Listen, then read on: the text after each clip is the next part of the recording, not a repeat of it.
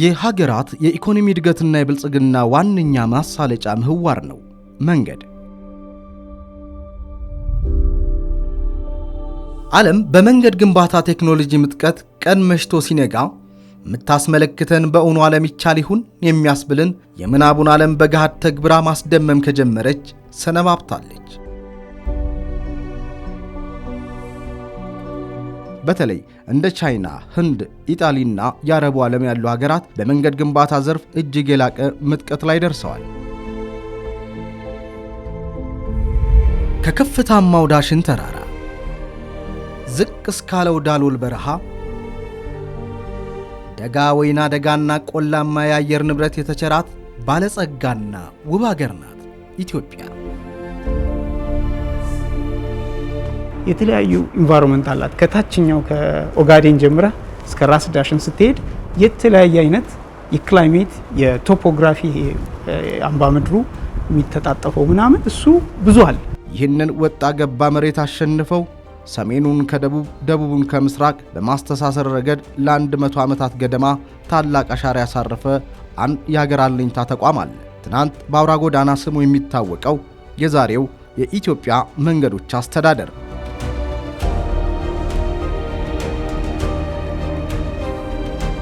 የኢትዮጵያ መንገዶች አስተዳደር የዕድሜውን ያህል አለመዘመኑ ተጠቃሽ ምክንያቶች ቢኖሩትም ዘርፉን በእውቀት ለመቃኘትና ዓለም የደረሰበትን የቴክኖሎጂ ምጥቀት በምርምር አዳብሮ በራስ አቅም መገንባት የሚያስችለውን ማዕከል አቋቁሞ ወደ ሥራ ከገባም ሰነባብቷል። የኮንስትራክሽን ኢንዱስትሪው በተለይም የመንገድ ዘርፉ ብዙዎቹ ስራዎቹ ከዚህ ከምርምርና ከዲዛይን ጋር የተያያዙ ስለሆኑ አጠቃላይ ስራው ከምርምር የተለየ ነው ብሎ ማየት አይቻልም።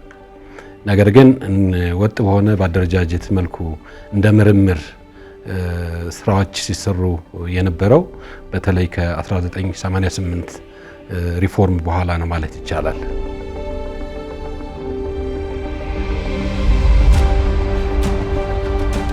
የመንገድ ልማት ዘርፉ ከያዛቸው አንኳር ዓላማዎች አንዱ አቅምን ማጎልበት የሚለው ቢሆንም ለዚህ መጣኝ የሆኑ ተቋማትን ማደራጀት ደግሞ ቀዳሚው ተግባር ነው። በኢትዮጵያ መንገዶች አስተዳደር ከ1960ዎቹ ጀምሮ በተለያየ ክፍሎች በተለያየ ደረጃ ነበረ። አሁን ባለበት ደረጃ ከነበረበት ጀምሮ ግን ከ2010 ጀምሮ አንደኛ መሰረት ዋናነት ተቋሙን የማቋቋም ስራ እየተሰራ ነው ያለው። እሱ ረጅም ጊዜ ነው የወሰደው። በተለይ በ2003 ላይ ራሱን ችሎ በዳይሬክቶሬት ደረጃ ተቋቁሟል ማለት ነው።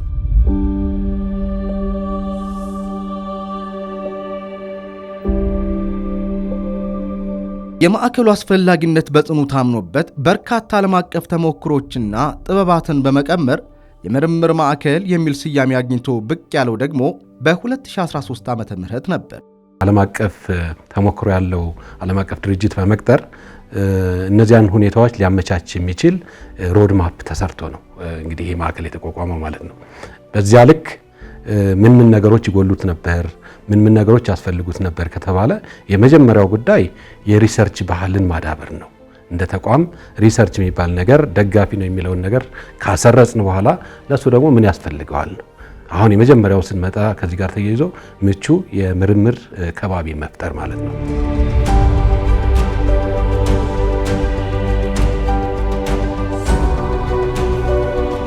ማዕከሉን ለምርምርና ተመራማሪዎች ምቹ ማድረግ ዘመኑ የሚጠይቀውን የቤተ ሙከራ ቁሶች ማሟላት ቀጣዩም ውጥን ነው። ተቋሙን በሰው ኃይል ማደራጀት፣ ተቋሙን ኢንፍራስትራክቸር ሬዲ ማድረግ፣ እንደዚሁም ደግሞ የላቦራቶሪ ፋሲሊቲዎች ማሟላት፣ ሰራተኞች ማሰልጠን፣ እነዚህ መሰረታዊ የሆኑና ረጅም ጊዜ የሚወስዱ ናቸው። አሁን ላይ ከሞላ ጎደል እየተሟላ ይገኛል።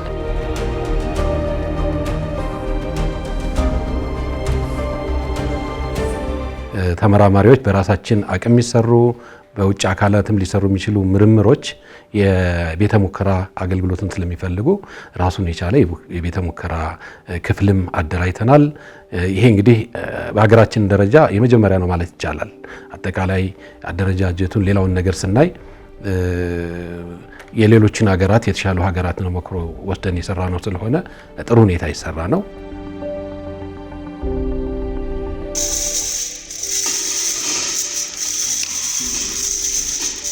ለመንገድ ግብአት የሚሆኑ ማቴሪያሎችን ከሰብግሪድ አንስቶ ሰብግሪድ ላይ ሰቤዝ ቤዝ ኮርስ ላይና አስፋልት ላይ ድረስ ያለውን ቴስቶች እዚህ ይመረመራል ማለት ነው፣ ይሰራል። ለመንገድ ግብአት የሚያስፈልጉ ማቴሪያሎችን ከመጠቀማችን በፊት እዚህ ያሟላሉ አያሟሉ የሚለውን ቴስቶች በማኑዋል መሰረት እዚህ ይሰራል። ዩሲኤስ ሳምፕል ነው፣ ለዩሲኤስ የተዘጋጀ። ለዚህ ሳምፕል ምንድነው የሚነግረን? አንኮንፋይንድ ኮምፕሬሲቭ ስትሬንግዝ ነው። ኤግዚስቲንግ ማቴሪያሉ ስታቢላይዝ ከሆነ በኋላ ያለው ለሎድ ያለው ሬዚስታንስ የሚያሳይ ነው። ይህን ቴስት የምንሰራው ይሄ እንደምታውቁ ሳምፕሉ ከተዘጋጀ በኋላ በተዘጋጀ በ24 ሰዓት፣ በ7 ቀን፣ በ14 ቀን፣ በ28 ቀን የሚሰበር ነው። ስለዚህ እዚህ ጋር እናስቀምጠውና እዚህ ጋር የምታየው ማሽን አለች። እዚህ ጋር ሎድ አፕላይ እናደርግበታለን ማለት ነው።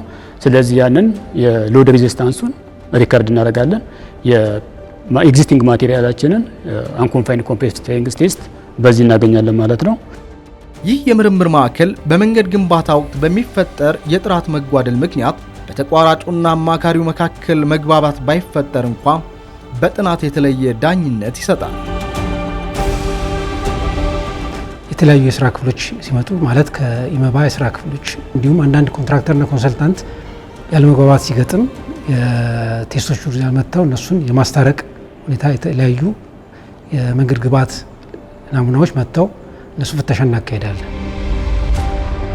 ለምሳሌ አሁን በቅርቡ ከአሳይታ አፋምቦ ጅቡቲ ቦርደር የሚባል ናሙና መጥቶልናል። መንገዱ ኦልሞስት ክራክ አድርጓል። የምን ኬዝ እንደሆነ አላወቅነው። እሱን እየሰራን ነው የምንገኘው። ከዛ የመጣ ቦርደር መንገዱ ጊዜው ላይ ሳይደርስ ፌል ያደረገ መንገዶች ነበሩና እሱን ለመስራት አሁን መንገዱን ናሙናዎች መጥተው ፍተሻ እያካሄደን ነው የምንገኘው። እዚህ የተሰሩ ስራዎች በቀጥታም ይሁን በተዘዋዋሪ ለኢትዮጵያ መንገዶች አስተዳደር ብሎም ለመንገድ ሴክተሩም ትልቅ አስተዋጽኦ አድርገዋል። ከዚህ ከማኑዋል ሪቪዥን ጋር ተያይዞ ኮንትሪቢዩት ያደርጋሉ። እንደዚሁ ኢንተርናሊ የተለያዩ መመሪያዎች ሲወጡም እንደ ግብአት ሆነው ሲያገለግሉ ይገኛሉ። በተጨማሪም ከቴክኖሎጂ ሽግግር ጋርም ተያይዞ ሶፋር በሰፊው ተሄዶ ውጤታማ ነን ብለን ለማመን ቢያስቸግርም ካለው የስራ ባህሪ አንጻር ብዙ ቴክኖሎጂዎችን ወደ ኢንዱስትሪ ለማምጣት እና ብሎም ወደ ኢምፕሊሜንቴሽን ለማስገባት ብዙ ጥረት ተደርጓል። የኛ እንደ ቴክኖሎጂ ሽግግር አካሄዳችን ምንድነው? አምጥቶ ገዝቶ ወደ እንትን ማስገባት ሳይሆን መጀመሪያ ቴክኖሎጂው ለመንገድ ሴክተሩ ይጠቅማል ብለን ቲዮሬቲካሊ ካመንበት ከዛ በኋላ ወደ ሀገራችን ኢምፖርት ካደረግን በኋላ የላብራቶሪ ፍተሻ እናደርጋለን። ከዛ ደግሞ ከኛ ሀገር ኢንቫይሮንመንት እና እኛ ሀገር ካለ የትራፊክ ባህሪ አንጻር ያ ቴክኖሎጂ ጠቀሜታ አለ የለውም የሚለውን እንፈትሻለን። እነዚህ ደግሞ በባህሪው 3-4 ዓመት በላይ የሚፈልጉ ናቸው። ከዛ በኋላ ነው ያ ቴክኖሎጂ ወደ ጥቅም እንዲገባ የሚደረገው።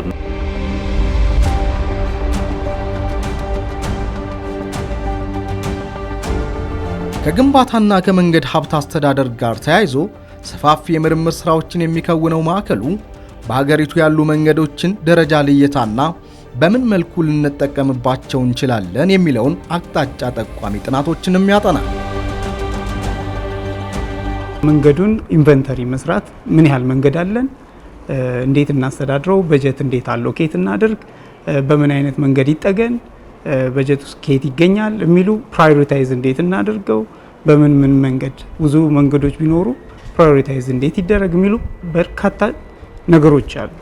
ከዛ ውስጥ ደግሞ እኛ በእነዚህ መሀል የታዩ ችግሮችን የመቅረፍ ኃላፊነት አለብን። ከኢንቨንተሪ ጀምሮ መንገድ እንዴት ወደ ራሳችን እናስገባለን። እንግዲህ መንገድ ሀብት የሚሆነው ከኮንስትራክሽን ካለፈ በኋላ ኮንስትራክሽን በደንብ ተጠናቆ ወደ ኤራ ሮድ አሴት ማኔጅመንት ከተረከበ በኋላ የሚኖሩ ብዙ ችግሮች አሉ እና እሱን ችግሮች ለምሳሌ ሜንቴናንስ ላይ ኦፕቲማይዝ ማድረግ። ሜንቴናንስ መንገድ በባህሪው ለብዙ አመት ዝም ብሎ አይቆይም።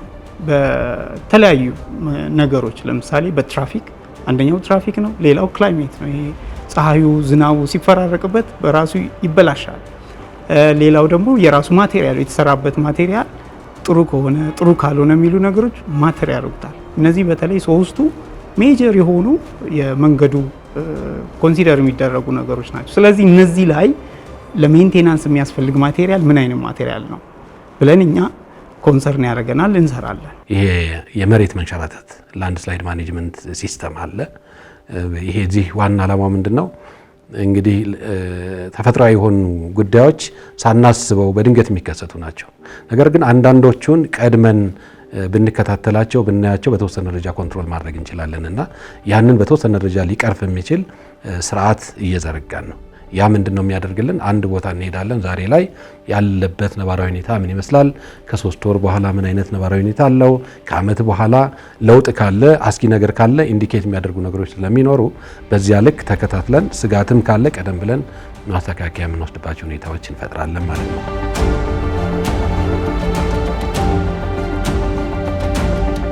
አሁን የመንገድ መንሸራተት እንደ ተቋም በጣም ይፈትነናል ችግር ነው፣ እንደ ሀገርም ጭምር። ከመሬት መንሸራተት ጋር ተያይዞ እኛ ጋር ራሱን ችሎ የተቋቋመ ክፍል አለ እና ያ ክፍል በሰፊው የቴክኒክ እገዛ ይሰጣል። በተጨማሪም እንደዚሁ የላቦራቶሪ ፍተሻ የቴክኒክ እገዛን በሰፊው እንሰጣለን። አንዳንድ ከዚህ ከመንገድ ብልሽት ጋር ተያይዞ ሰፊ የሆነ ኮንትሪቢዩሽን አለን እንደ ተቋም። ብሎም አገራዊ ፋይዳ ያላቸው አንዳንድ በኮሚቴ የሚሰሩ ስራዎችም ሲኖሩ ተቋሙ እንደ ተቋም ሪፕሬዘንት አድርጎ የራሱን የሆነ አስተዋጽኦ ያደርጋል። አሁን የሀገራችን ነባራዊ ሁኔታ እንዳጠቃላይ በተለይ ከመሰረተ ልማት ጋር አያይዘን ምን ይመስላል የሚለውን ዲዛይነሩም ገንቢውም ሙሉ መረጃ ያለው፣ ነገር ግን ከአዲስ አበባ ዩኒቨርሲቲ ጋር በጋራ በመሆን የኛ አጠቃላይ ከባቢያዊ ሁኔታ ከመንገድ መሰረተ ልማቱ ጋር ምን ይመስላል የሚለውን ጥናት እያጠናን ነው። እሱ መጨረሻ ላይ ምንድነው የሚሰጠን? ማፕ ነው የሚያደርግን። እዚህ አካባቢ ላይ የላንድ ስላይድ ወይም የመሬት መንሸራተት ችግር አለ፣ እዚህ አካባቢ ላይ የዚህ አይነት ሁኔታ አለ የሚለውን ያስቀምጥልናል። በዚያ መሰረት ዲዛይን የሚያደርገው ባለሙያ ሄዶ ስጋት ያለበትን ቦታ አይነካም ማለት ነው።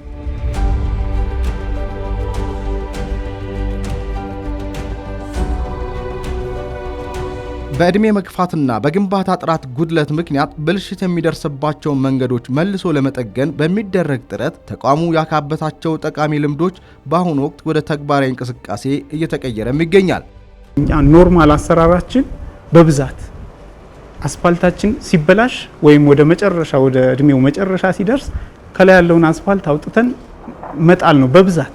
አንዳንድ ቦታ እንጠቀመዋለን፣ በብዛት ግን አንስተን እንጥለዋለን። ያ ግን ከሚሆን ከታችኛው የመንገድ ክፍል ቤዝ እንለዋለን ወይ ሰብ ቤዝም ሊሆን ይችላል እስከ ታችኛው ድረስ አብሮ ደባልቆ ለቤዝ ብንጠቀመው እስከምንጥለው የሚል የማደባለቂያ ሪክላሜሽን ሜትድ አለ። እሱን እያየነው ነው። ኦልሞስት ወደ ግንባታ ደረጃ የደረሰ ነገር ነው ያለው በእኛ በኩል።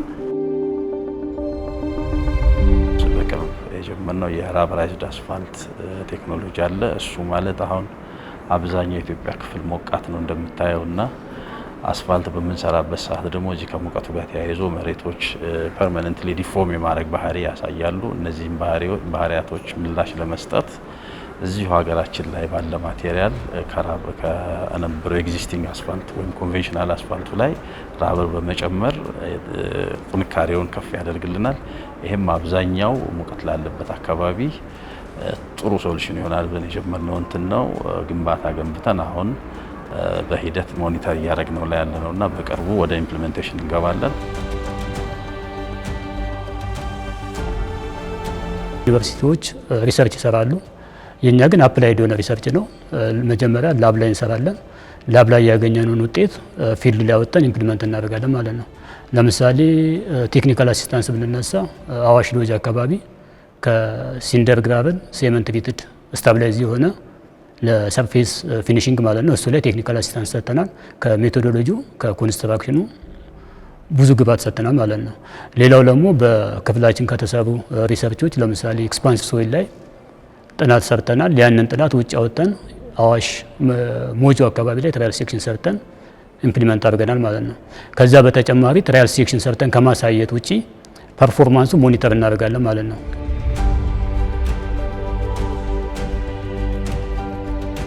የምርምር ተቋሙ ዓላማ በሀገር ውስጥ ብቻ የሚወሰን ሳይሆን በምስራቅ አፍሪካ ቀጠናም በመንገድ ግንባታና ጥገና ዘርፍ የራሱን የጎላ አስተዋጽኦ ለማበርከት ሰፊ እቅድ ይዟል። ተቋሙ አሁን ላይ ያለበት መዋቅር ሲዋቀር ሰፊ ህልም ይዞ ነው የተነሳው።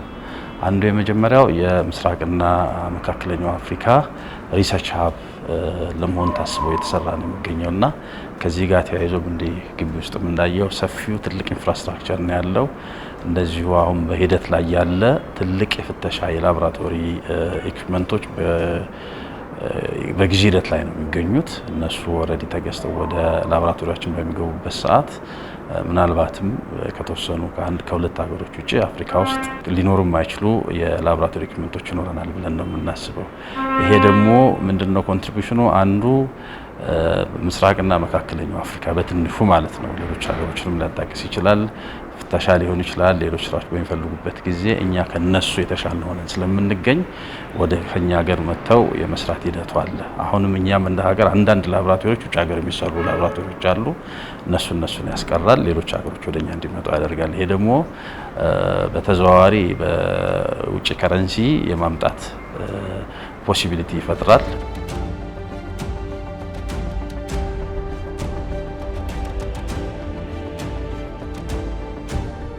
የማዕከሉን ተልዕኮ ስኬታማ ካደረጉት ነባር አቅጣጫዎች ጎን ለጎን በቀጣይ በፖሊሲ ማዕቀፍ ተካተው ተግባራዊ እንዲሆኑ የተወሰኑ ጉዳዮችም ተለይተዋል። ይሄ ላቦራቶሪ ውጤትን በሚመለከት ነው። ይሄ ኢንተር ላቦራቶሪ ኮምፓሪዥን የሚባል አንድ ዓለም አቀፍ የላቦራቶሪዎች ማወዳደሪያ መስፈርት አለ። ፕሮፊሸንሲ ቴስትም ይሉታል። የዚህ አጠቃላይ ስርዓት ዓላማ ምንድነው? አንድ ተመሳሳይ ሳምፕል በተመሳሳይ መንገድ እንዲሰራ ለበርካታ የላቦራቶሪ ተቋማት ቢሰጥ የሚያመጡት ውጤት ወጥነት አለው ወይ የለውም የሚለውን ለመያዝ ነው። ከዚህ አንፃር እሱን ሰርተን በኦልሞስት በ3 ዙር አሁን 4ኛውን እየሰራን ነው። እዚህ አካባቢ ላይ መስተካከል እንዳለበት አመላካች ነገሮችን አግኝተናል። በዚያ መሰረት ለሚመለከታቸው አካላት የምርምር ውጤቱን ተደራሽ አድርገን የፖሊሲ ግብዓት እንዲሆን አድርገናል ማለት ነው። ይሄ ከዚህ በኋላ ምንድነው የሚሆነው? ሁሉም ላቦራቶሪዎች ማዕከላዊ በሆነ ላቦራቶሪ ስታንዳርድ መሰረት እንዲሰሩ የሚያስገድድ ነው።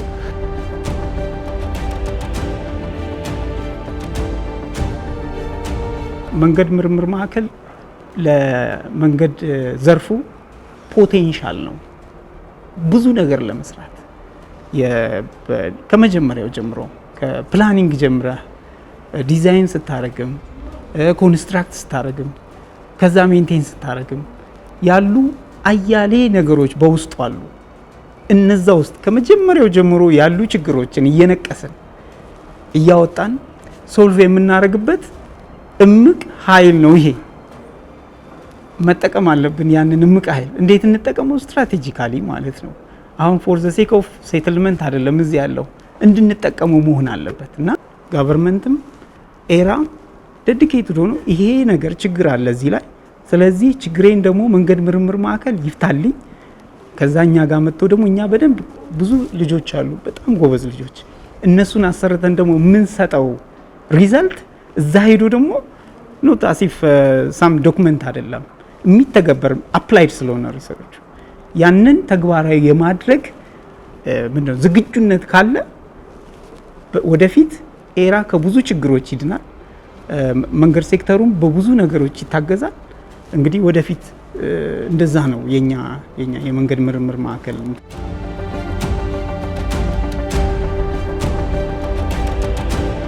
በቅርቡ ኦልሬዲ ፕሮፖዛል እየሰራን እንገኛለን። እሱ ምንድነው ስራው ደ ካንትሪ ያሉ የመንገዶችን ፐርፎርማንስ ዳታቤዝ አድርገን እሱ ደግሞ እንደምን ያገለግለናል ብለን ያሰብነው አንዱ እንደ ተቋም ለኛ የመንገዶቻችን ፐርፎርማንስ ሂስትሪ ብሎም ደግሞ የተለያዩ ጥናቶችን ለመስራት እንደ ግብአት ከመሆንም ባሻገር ሀገሪቷ ላይ ያሉ የዩኒቨርሲቲዎች በአብዛኛው ከመንገድ ጋር ተያይዞ የሚሰሩ በዳታ ይቸገራሉና በዛም ምክንያት አንዳንድ ጊዜ እርግጠኛ መሆን አትችልም ያን ነገር ወስደህ ለመጠቀም ሊሚቴሽኖች ብዙ ስለሚኖሩባቸው ይሄን ዳታቤዝ እኛ ጋር በትክክል አደራጅተን እኛን ዳታቤዝ ተጠቅመው ወደ ምርምር ተቋም ወደ ምርምር የሚገቡ ከሆኑ እነዚህ ተማሪዎች እነሱ ጋር የሚሰሩ ገንዘብ ጉልበት የወጣባቸው ስራዎች ለኛ እነሱን እንደመነሻ አድርገን በሰፊው ይዘን ለመቀጠል እሳቤው አለን። ለዘርፉ ሀገራዊ ድል ይፈጥራል ተብሎ ከፍተኛ ተስፋ የተጣለበት ይህ ተቋም በአሁኑ ወቅት ከ35 በላይ ተመራማሪዎችን ይዞ እየሰራም ይገኛል። ከውጭ የሚገቡ የቤተ ሙከራ ቁሶች ሲሟሉለት ደግሞ ተቋሙ ያስቀመጣቸውን ስልታዊ ራዕዮች ለማሳካት የሚያደርገውን ጉዞ ይበልጥ የተሳለጠ ያደርገዋል። ለምርምር ምን ያስፈልገዋል የሚሉ አጠቃላይ ነገሮች ታይ። ከዚያ ውስጥ አንዱ እንግዲህ ለተመራማሪዎች የሚሆኑ ምቹ ቢሮዎች የሚል ነው።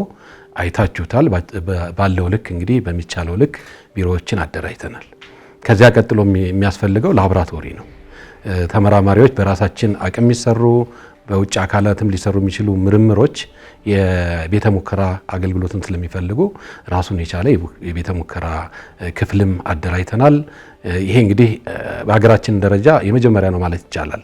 ምርምር ከሰራን በኋላ እነዚያን የምርምር ውጤቶች ለባለድርሻ አካላት ለባለሙያዎች ተደራሽ ማድረግ አለብንና ለሱ የሚሆኑ የኮንፈረንስ ሆሎች ኢቭን እነዚህ ዓለም አቀፍ ደረጃቸውን የጠበቁ ናቸው፣ እነሱ አሉን።